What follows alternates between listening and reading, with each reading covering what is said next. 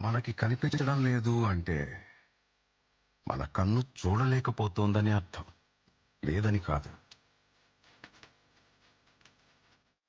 ఆయన అపార మేధ, ఉన్నత విలువలతో జన్మ తీసుకుని ఈ నేల మీద నడిచిన మనిషి.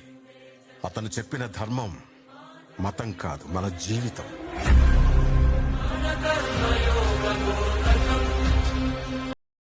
రక్షణ కోసం సముద్రం మధ్యలో ద్వారకా నగరాన్ని కట్టిన అతని కన్నా గొప్ప ఆర్కిటెక్ట్ ఎవరు?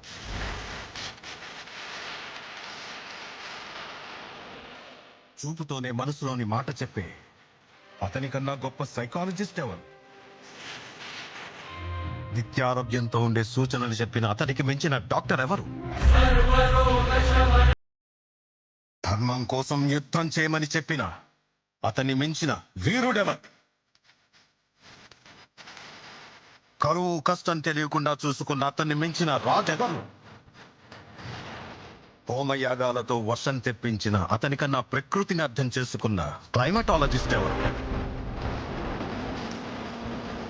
అన్కంట్రోలబుల్ ఆర్పిఎంతో తిరిగే సుదర్శన చక్రాన్ని కంట్రోల్ చేసే అతనికి మించిన కైనెటిక్ ఇంజనీర్ ఎవరు?